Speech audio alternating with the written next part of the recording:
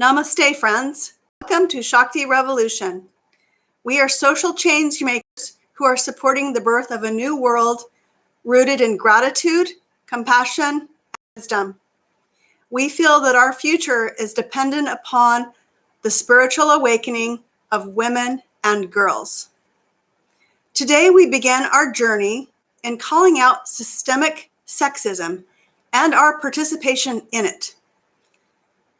This recent news story illustrates how our global family dysfunction has gone too far and why it's essential for us to have some constructive family talk about our feelings. The story involves the amazing superstar and goddess, Rihanna, as well as this beloved Hindu god, Ganesh, sitting in my lap. He is known as the wisest of all gods, offering his sacred energy to protect and hold space for the sacred feminine or the universal goddess herself. The following is taken from a recent article in The Guardian, early in February. The singer has angered the Indian government by tweeting about the recent farmers' protests. Rihanna said, and I quote, "Why aren't we talking about this?" The government has replied condemning sensationalist social media, as well as other stars, including Rihanna. The megastar angered the Hindu community with a disrespectful Instagram picture in which she is topless and wearing a diamond-studded pendant featuring the Hindu god Ganesh. Commentators on her Instagram account have called the wearing of the god's likeness around her neck cultural appropriation. "You're wearing a deity necklace of my culture that's already been culturally appropriated enough," wrote one commentator. Another stated, "How is this okay for a person of such excessive means to remain ignorant of what the meaning and significance of what she wears around her neck?" Another troll said, "I hope she returns the necklace because she clearly doesn't know how to wear it because it's mad disrespectful." Another in the comments section suggested that she was wearing it on purpose. "This ain't coincidence. This is after she supported that farmer protest," wrote one. Another comment alluded to Rihanna being a porn star. Traditionally, Ganesh represents the success and wisdom.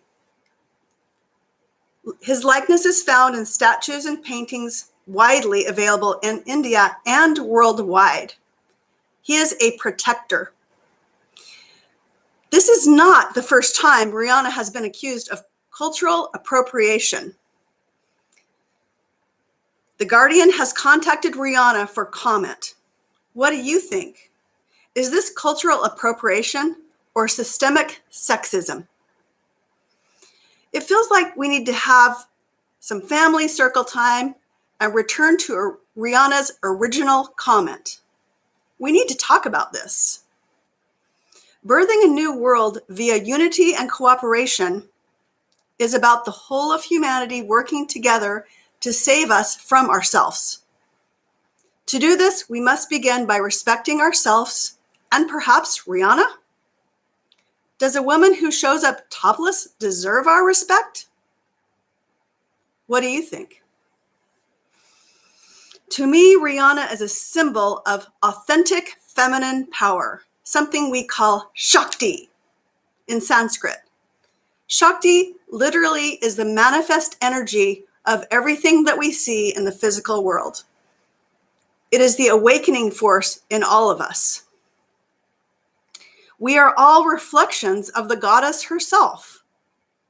We might call her Mother Earth, and so is Rihanna. I'm sure we all agree she wields great power in this way. Such energy is often diminished in our world by those who react negatively and perpetuate systemic sexism when they see the divine feminine's powerful expression. The reverse reaction, of course, is because they feel threatened by her power. I view Shakti energy as an aspect of a mortal who is courageous enough to explore her true self. I don't consider this cultural appropriation, but rather cultural appreciation. Rihanna is offering herself as a courageous goddess with a platform who feels that it is essential to give voice to those who do not have one. She has inspired me to create this podcast, to show up and speak up. We are all aware that Rihanna is absolutely stunningly beautiful, talented beyond measure, and to many of us, she represents the divine feminine. One of the Vedic wisdom goddesses we call Lalita often shows up as she who plays, showing us divine dance, joy, the ecstasy of our desires, and the elimination of our ego. She has great love for all of her children. She represents everyone's true nature, which is compassion, kindness, sexuality, receptivity, nurturing, skillful action, kindness, and beauty. Shakti is the divine mother who rules over the entire universe, which is creation, preservation, and destruction. With great love for all of her children, the gods and men, of course, adore Shakti. They are devoted to her, protect her, and love her. The goddess Shakti is Ganesh's mother. In my view, it's absolutely appropriate for him to protect Rihanna as an aspect of Shakti. Ganesh represents the sacred masculine, who provides a foundation for her divine dance and holds space for her to create with love. In Shaktism, the divine masculine and the divine feminine are one. They simply cannot exist without each other. And Ganesh removes obstacles on their behalf. Is this fight necessary? Can we share our cultural symbols? After all, the Dalai Lama himself has said that Western women and children will save the world. Listeners, what do you think? Was this tweeting incident cultural appropriation or cultural appreciation? Well, it's almost time to sign off, and I just want to say, Hindu commentators, we love your symbols and deities as aspects of your beautiful sacred tradition and our higher selves. These deities are known as awakeners to help us remember who we are and why we are here. I humbly request that we all reconsider what using our symbols, tools, and deities with respect looks like in our new world through the lens and the fact that we share one mother, Mother Earth. And we love all of our children, and we want to feed them. I ask that we consider this with love, even if it appears as something outside of our approved guidelines regarding race, gender, color, and what looks more like the divine feminine.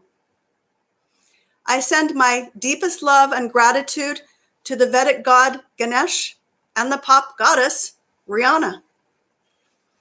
Now, brothers and sisters, let's get on with the business of saving all of Mother Earth's creatures from our destructive nature and our family dysfunction. This will require great courage, cooperation, compassion, and communication from our one tribe, humanity. I look forward to seeing you again on Shakti Revolution. Namaste.